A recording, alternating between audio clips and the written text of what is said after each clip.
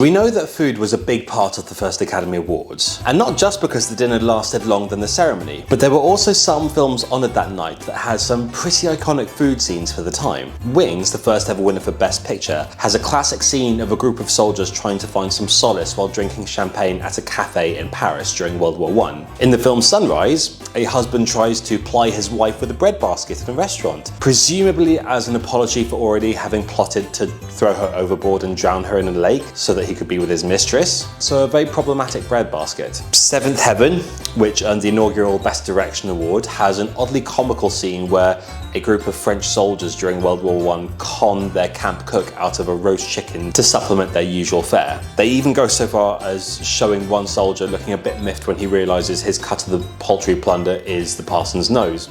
Finally, The Last Command, which earned German actor Emil Jannings the first ever Best Actor award, uses food to show the huge contrast in wealth in pre-revolutionary Russia. There is a much debated account of how Jannings wasn't the original frontrunner for the award. Hollywood legend says that the initial frontrunner for the award was Rin Tin Tin, a dog that had become popular through various movie appearances, but fearing that awarding the first Oscar to a dog might undermine the award's credibility, the Academy decided to bestow the honour upon Jannings instead.